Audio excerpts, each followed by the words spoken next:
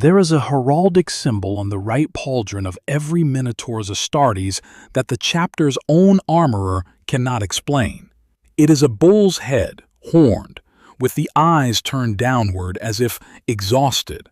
The bull stands at the center of a maze whose walls form the lines of a man's hands clasped in defeat. The armorer's records say the symbol was assigned at chapter founding in M32. The records do not say by whom. They do not say what it commemorates.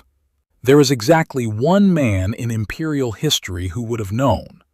He was a Cretan-born Imperial Guardsman. He stepped between Horus Lupercal and the dying emperor on the floor of the Vengeful Spirit. His body was obliterated. His type, perpetual, was understood by the High Lords to be incapable of permanent death. And in M32, when the Minotaurs were founded, the chapter's first chapter master was a giant who knew the labyrinth metaphor better than any other man alive. His imperial name was Asterion Moloc. His original name was Ollanius Pius, and the heraldry on his shoulder is a confession. Stay with me because the official record will fight every word of what I am about to say. The Imperium does not document its perpetuals. The Adeptus Astartes does not catalog its hidden veterans. And the High Lords of Terra have sealed the Minotaurs' chapter origins under binding edicts that, to quote the Forge World Black Books verbatim, the Inquisition itself cannot circumvent. That phrase is from Imperial Armour, Badab War, Volume 9, Forge World 2010. That phrase is the entire reason this video exists. Because when an institution as paranoid as the Imperium of Man seals records that even the Inquisition cannot break, they are not hiding a paperwork error. They are hiding a person. And the person they are hiding has a name. We have known the name for 10,000 years. We just have not been allowed to say it next to the imperial title he now wears. Today, we say it. Today we put two names against each other that the canon has been keeping in separate filing cabinets for the entire publishing run of Warhammer 40k, and we ask why the cabinets were locked in the first place. Because the lock is the evidence. The seal is the evidence. The fact that the High Lords of Terra, who manage the Imperium's slow-motion collapse with the bored efficiency of a clerk filing termination notices, bothered to issue a binding edict about one chapter's founding records is the evidence. They do not do that for ordinary chapters. They do not do it for the Black Templars or the Imperial Fists. They did it once. They did it for the Minotaurs. And the audience watching this video has been waiting for someone to say out loud why. Ollanius Pius.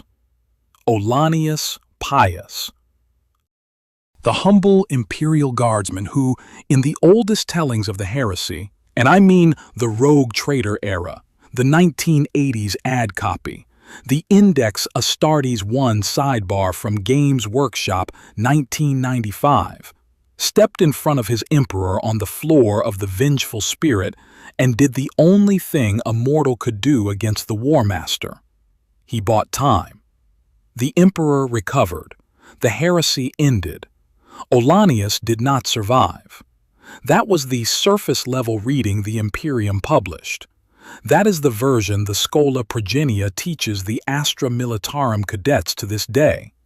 It is also a lie of omission, because by the time Dan Abnett finished writing the Horus Heresy series, the Saturnine novel in 2020, the End and the Death trilogy through 2024, the canon had finally said what the perpetuals were.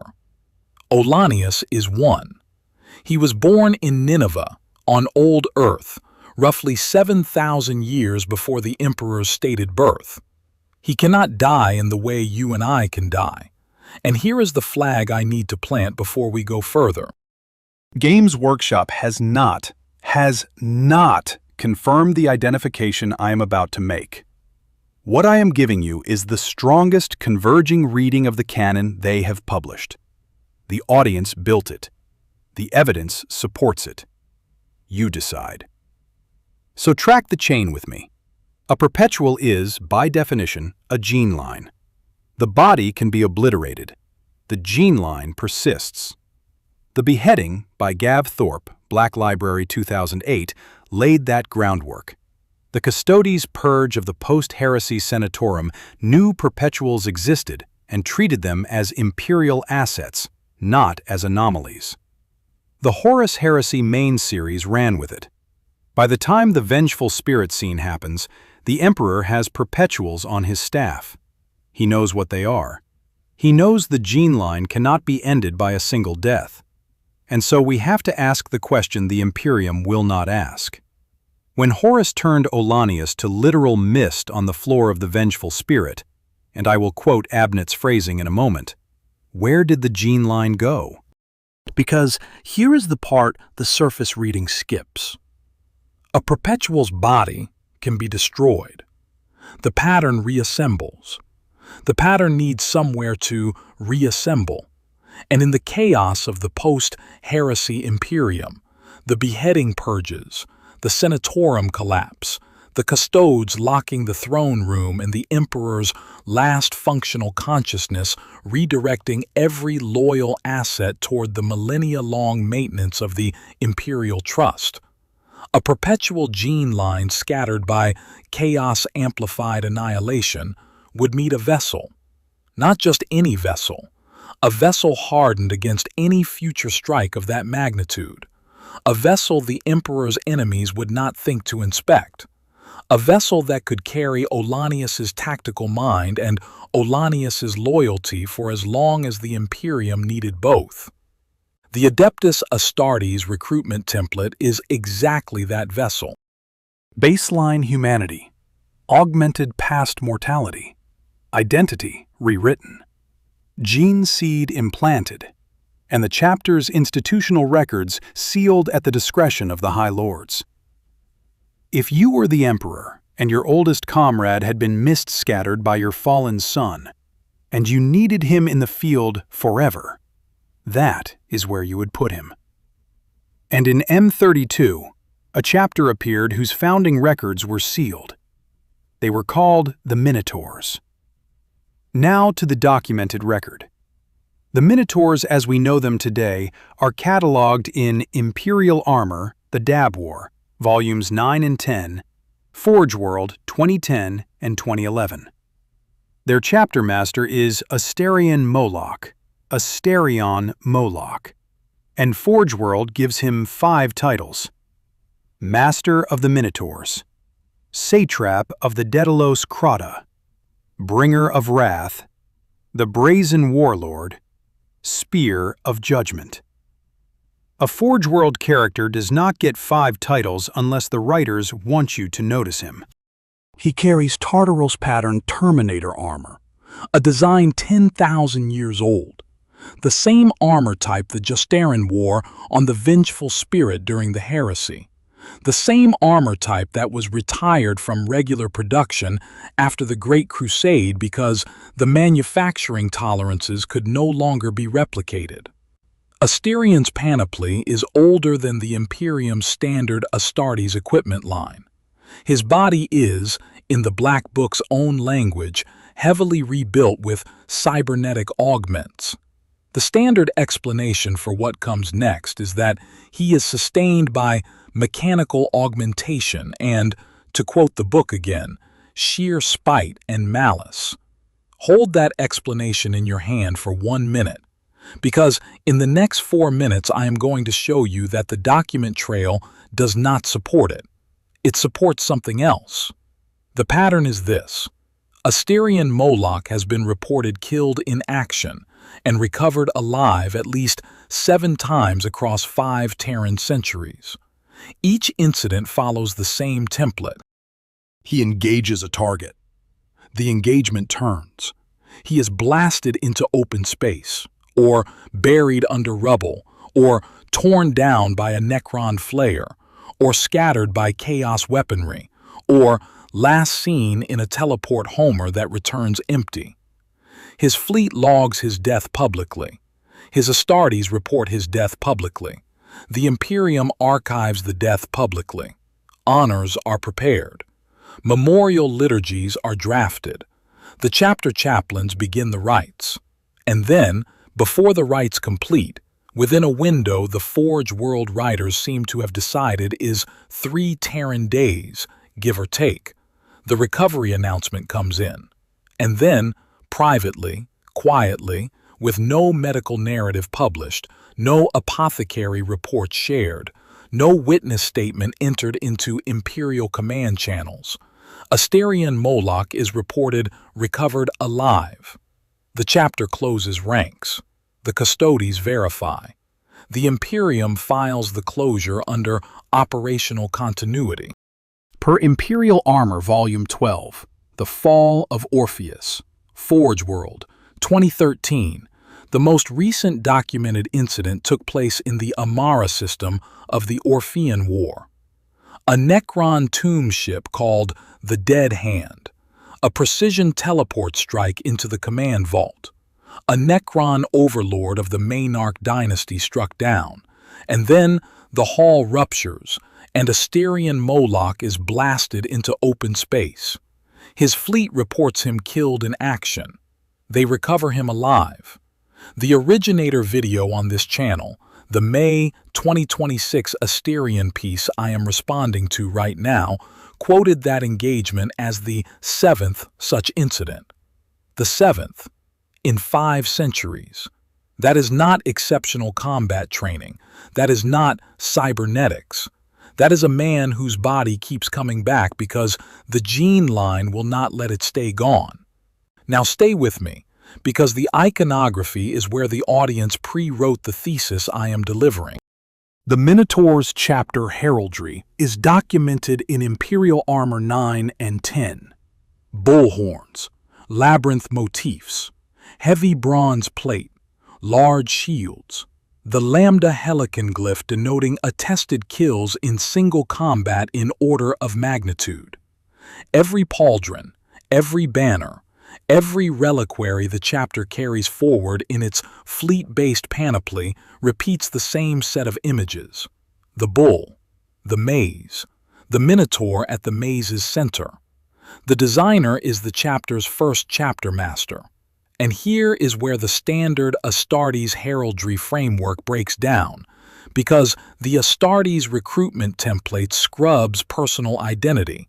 That is the whole point of becoming an Astartes. And yet, the iconography this chapter carries is not generic Astartes Earth mythology like the salamanders or the iron hands or the blood angels. It is laser-specific to one Earth myth.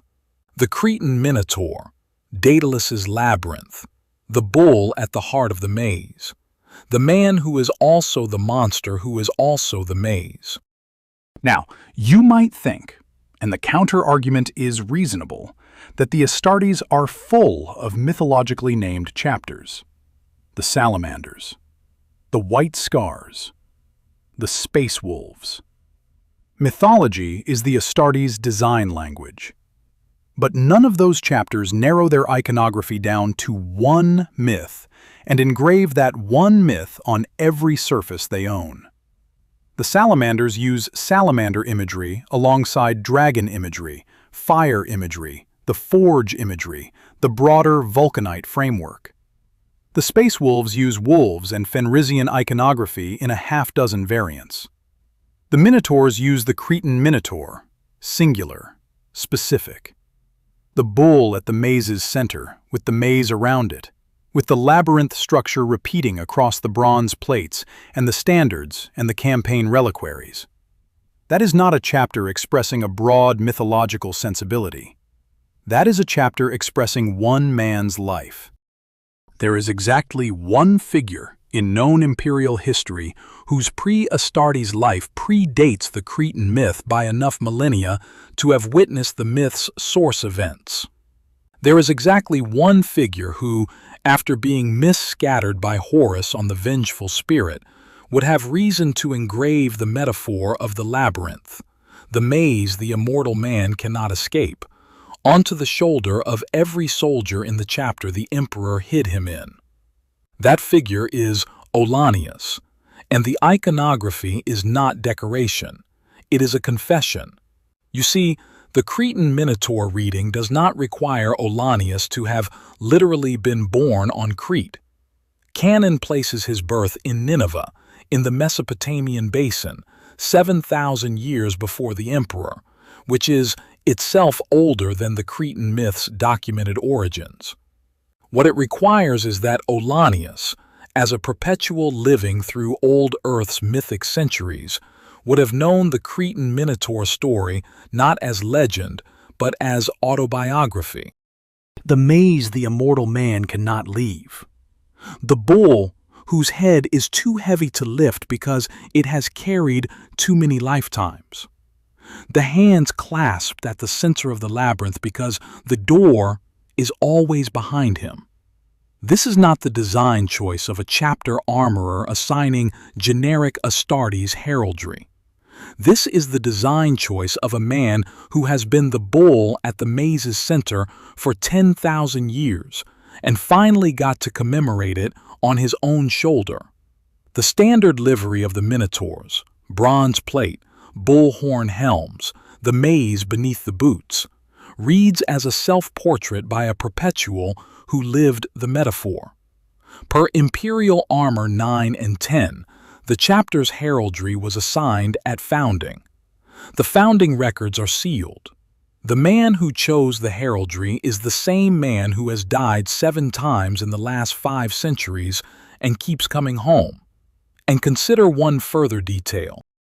Daedalus, in the original Cretan myth, is the architect, the man who built the labyrinth on King Minos's order to contain the Minotaur.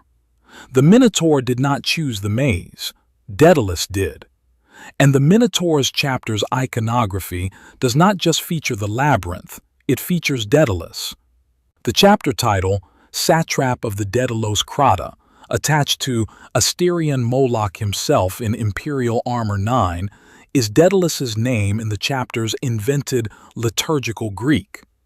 Asterion Moloc is the satrap of Daedalus's domain. The man inside the armor calls himself the governor of the architect who built the cage he lives in.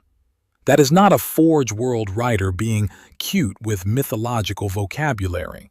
That is a perpetual telling us, with as much explicit signaling as the High Lord's edicts will permit him, that he knows who built the maze and he knows why he is in it.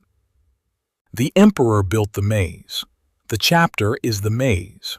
The Astartes around him are the walls. And he is the bull at the center, returning to it every time the door tries to open. Now, the next beat is one I have to flag carefully, because it lives in apocryphal territory.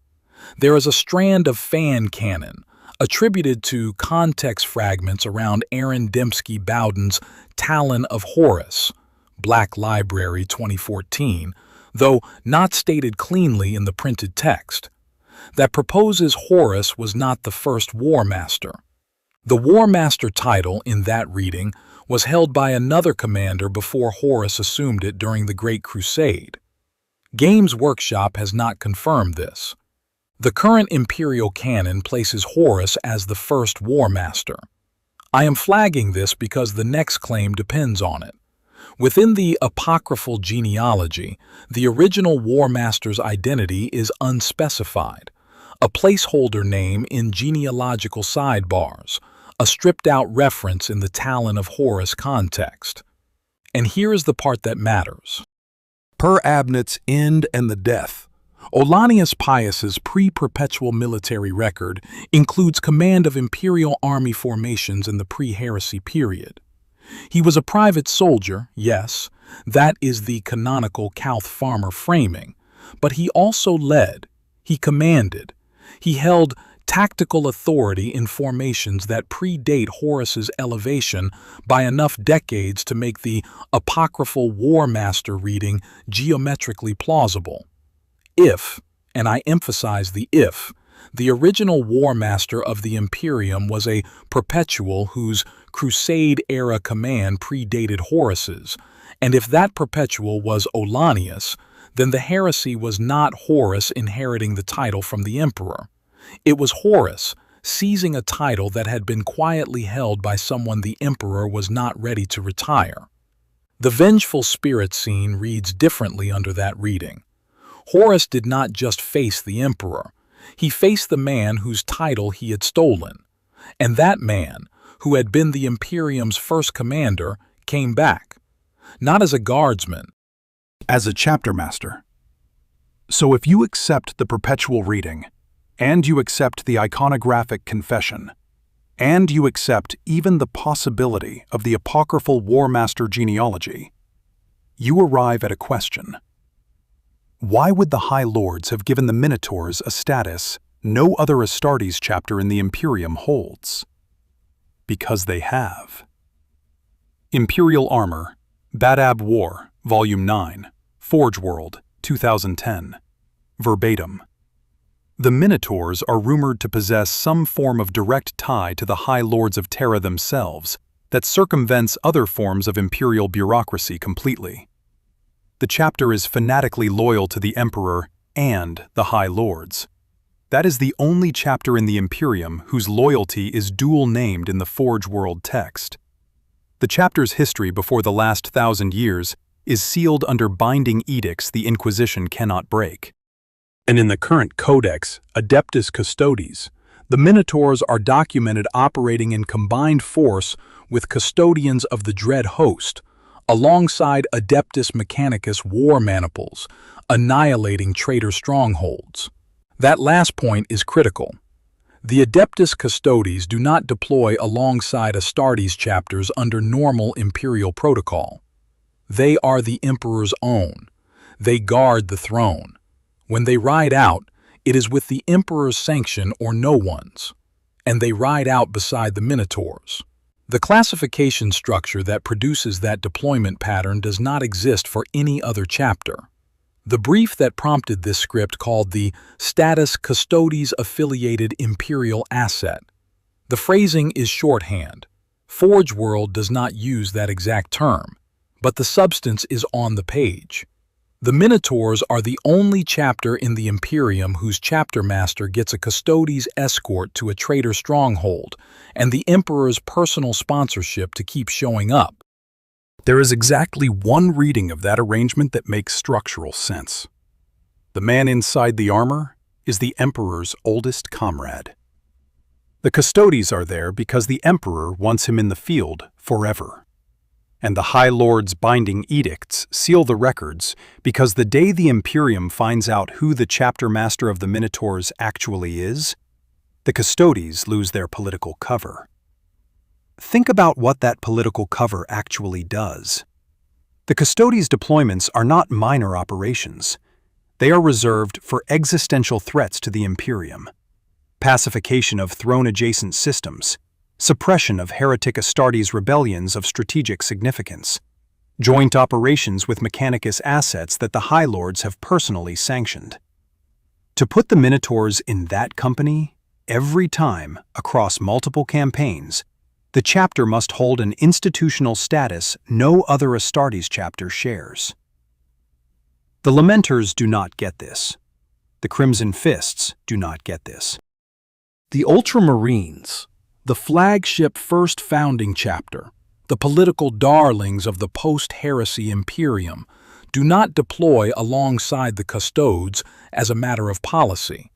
The Minotaurs do. And the imperial bureaucracy that obsessively classifies every Astartes formation by founding number, gene line lineage, and deployment authorization has not been allowed to classify the Minotaurs at all. The records are sealed at the High Lord's authority. The Inquisition is blocked. The custodes show up unprompted. The chapter operates on a deployment cadence that no other Astartes formation has access to. And the chapter master inside the bronze armor keeps coming home from missions that should have killed him. The geometry of the situation is not subtle. The Imperium is hiding something. The High Lords are protecting it. The custodes are escorting it. And the something has a name we have known since 1995, and a chapter master title we have known since 2010. Now slow down with me. This next part carries the weight of the entire thesis. The Vengeful Spirit.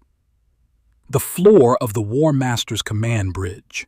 The Emperor, dying, his chest open, the throne of the universe a half-broken thing behind him. Horus over him, chaos amplified, beyond mortal scale, and from a portal, old person stumbles out. He has been brought by John Grammaticus through the long companion's time knot. He carries the athame, the chthonic blade the Emperor will eventually need to end his son.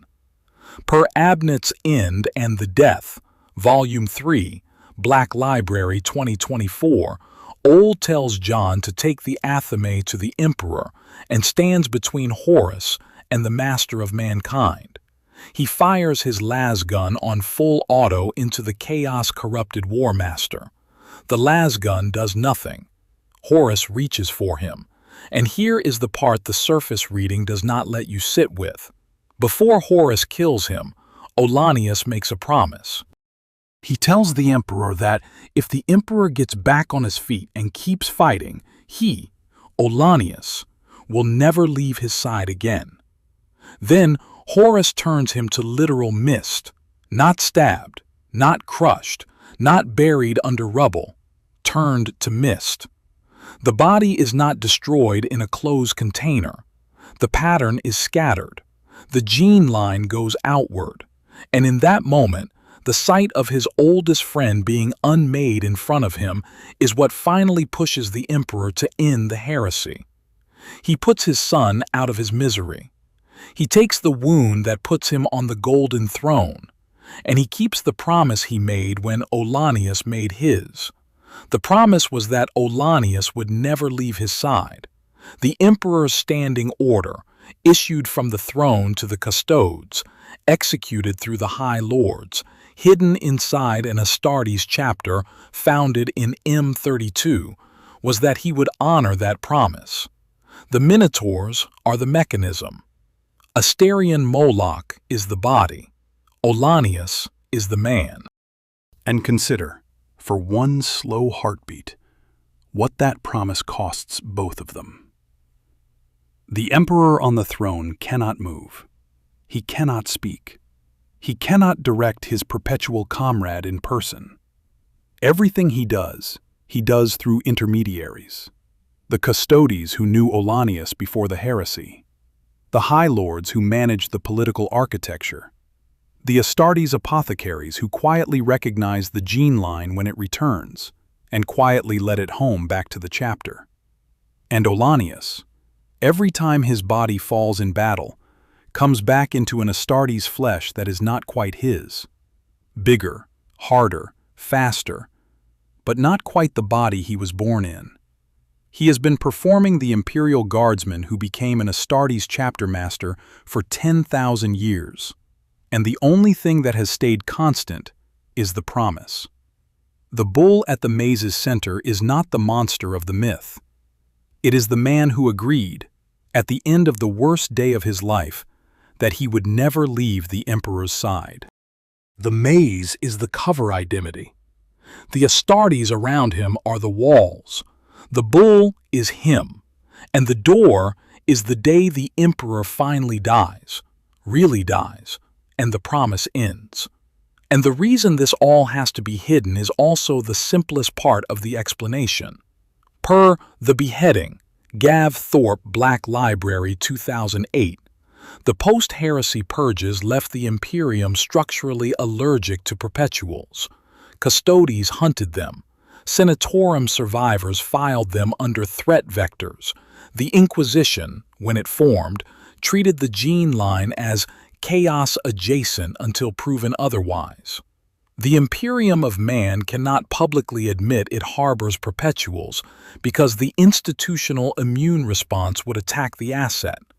The only way to keep Olanius in the field forever was to put him somewhere the immune response could not reach. The High Lords of Terra are above inquisitorial authority. A chapter sponsored directly by them, with sealed records the Inquisition cannot break, is one of the very few institutional structures in the Imperium that the immune response cannot dissolve. The custodes do the verification because the custodes already knew. And the Adeptus Astartes recruitment template, strip the original identity, rewrite the body, implant the gene seed, train for 10 years to forget who you were, is the perfect cover for a perpetual whose original face would be recognized by anyone reading post-heresy imperial texts. Olanius's face is in the Index Astartes 1 sidebar. Asterion's face is in a Tartaros helm. Same man, different name, different recruitment file, the same body coming home after every death. Which brings us to the 7th, the Amara system, the dead hand. Imperial Armour Volume 12, the Maynarch Dynasty Necron Overlord, struck down by a man in 10,000-year-old armor, who is then blasted into open space. The fleet reports him killed in action. 3 days pass, the standard timeline in the Forge World text. The fleet recovers him alive. There is no medical narrative published. No apothecary makes a statement. The chapter chaplain issues a one-line confirmation.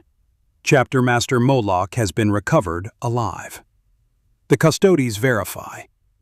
The Imperium files closure under operational continuity, and the cycle resets. He returns to the Daedalus Crata. He resumes the satrapy. He carries the bronze helm with the bull horns and the maze beneath the boots. And somewhere in the chapter's sealed reliquary, the count goes up. 1, 2, 3, 4, 5, 6, 7. 7 public deaths, 7 private recoveries. 7 occasions on which an Astartes chapter master has been confirmed dead by his own fleet. The people whose lives depend on knowing whether their commander is alive, and then quietly walked back onto the bridge of his own flagship 3 days later, wearing the same armor with one more notched horn on the chapel relic above the door. The defense of Hermetica, in 760 M41, is one of the documented engagements. Asterion entered the fight with Dark Apostle Layak of the Word-Bearers. Per Imperial Armour 9, he slaughtered Layak's personal possessed retinue and struck the Dark Apostle himself a mortal blow before Layak escaped into the warp by sorcery. That is the kind of combat record a chapter master should not survive intact across 5 centuries. He has survived it, repeatedly. The standard explanation, cybernetic augmentation, and, again I quote Forge World, sheer spite and malice, is the explanation the Imperium offers to people who are not paying attention. The audience watching this video is paying attention. The pattern is not cybernetics. The pattern is a perpetual gene line that scatters when the body fails and reassembles inside the next iteration of the same Astartes flesh, because the chapter recruitment template has been quietly modified, at the Emperor's standing order, executed through the High Lords, verified by the custodes, to recognize the gene line and let it home back to the throne it was hidden in. Each death and return cycle has reduced the chapter's official explanation to a single phrase that no Inquisitor will press. Chapter Master Moloc has been recovered alive. The custodes verify. The closure is filed, and nobody asks why. 2 weeks ago, and I have to give this credit because it deserves it, a viewer on the original Asterion video on this channel named the actual reason in a comment that has 13 likes against a 4,000 view video. They said Asterion Moloc is Ollanius Pius. They said the Minotaur iconography is autobiographical. They said the 7 deaths are perpetual regenerations. They were right. They were not the first to suspect it, but they were the first to write it cleanly. And I am here to confirm what they assembled, because the canon, the iconographic, the institutional, the military, the operational, every line of converging evidence Forge World and Black Library have put on the page across 20 years of publishing, backs the reading they articulated in 3 sentences.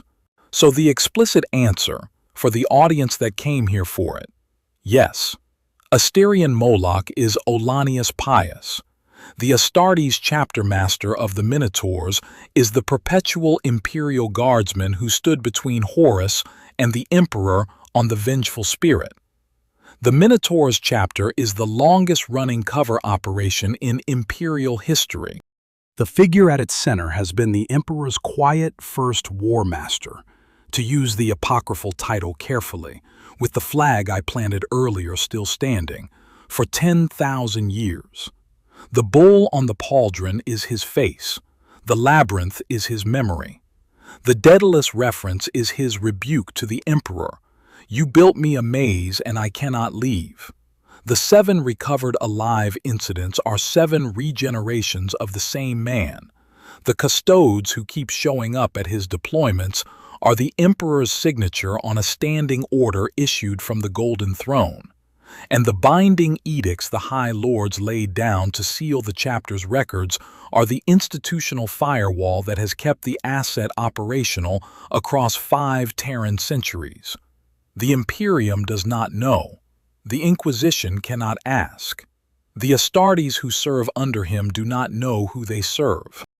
And Olanius, the farmer of Calth, the soldier of Nineveh, the man who promised the Emperor he would never leave his side, keeps the promise by wearing a different face every century and never, ever letting the body stay down. There is a bull skull mounted above the door of the Minotaurs chapter chapel on the world they call Olympia Mons. The skull is documented to predate the chapter's founding by 10,000 years. The horns are notched in a pattern that does not appear in any natural bull species in the imperial bestiary. Pictographic analysis suggests the notches correspond to dates, 8 of them, evenly spaced across the long axis of the left horn. 7 of the dates correspond exactly to recorded chapter master Asterion Moloc deaths. The 8th date is a future one. It has not yet arrived. And the chapter master, who is older than imperial history, is reportedly already preparing for it.